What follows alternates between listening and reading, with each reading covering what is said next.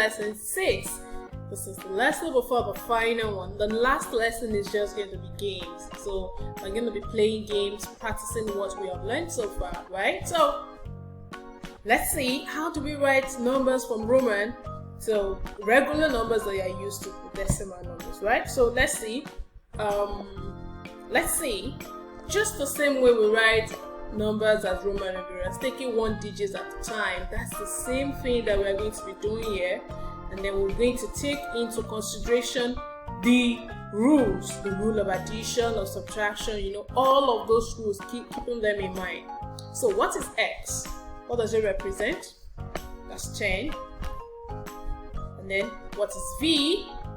That's 5. Unlike when we are converting from number to Roman numerals that we just write it together and then you just put it together like this, that would be wrong. That's not what you do now when you are converting to numbers. What we'll do now is add them together, right? So we have plus 10 plus 5 is 15. So XV is actually 15. Let's see another example. So let's have, what if we have D and L? What is D? What does D represent? D is 50, we know that. Oh, sorry, D is 500 and L is 50. We're not just going to write them out, we're just going to add it together. So what is 500 plus 50? That's 550. One more example.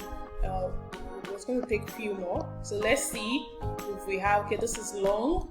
If I have CC, XL, I.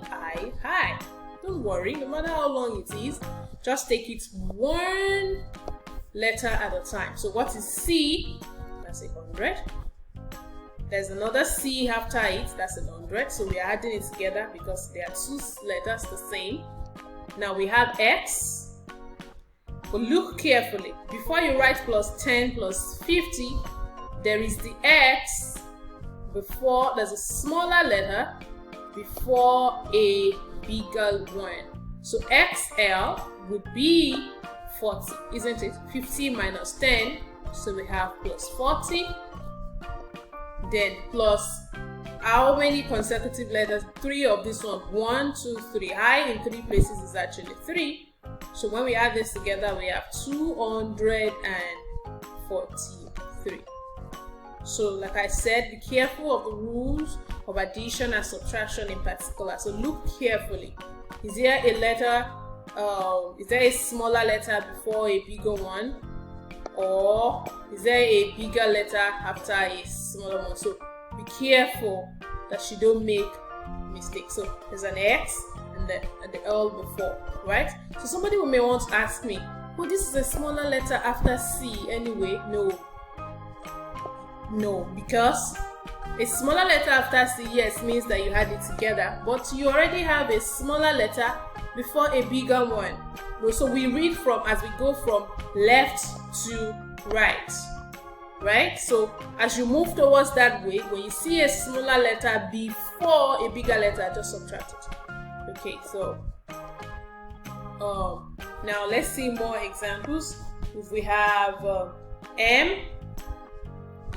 M, C, C, X. Okay, so now we have M is 1,000. The other M is another 1,000. C is 100. And then another 110. As you practice this, you'll get so conversant with it that you don't even need to write, because I already know that M and M is 200. Is 2,000, 200, then another one. Say it in words. Then you have 2,200 and, oh sorry, X is 10. 2,210, right? Okay, so this is a one other example that is quite funny. Let's see. M, C, M, L, X, right? Okay, so if we have this, we can now say that M is 1,000. CM, you can see as I move from my left to my right, I see a smaller letter before a big one, which means I'll take that away, isn't it? So 100 away from 1000 is 900 plus 900. Then there's a big one, 50. A smaller one after it means that I add it together. 10, sorry, plus 10. So what does this give us? This is 1900. Let me write this very well. It's looking like a 6. Write that very well. So that's 1960. This looks to me like 1000. This looks like 1960, but it's something very important to us in Nigeria. You want to guess? 1960.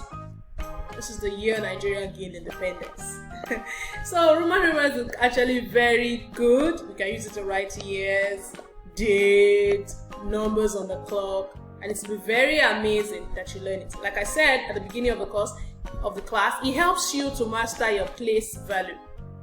Talking about place value, I hope you're registered for the place value class.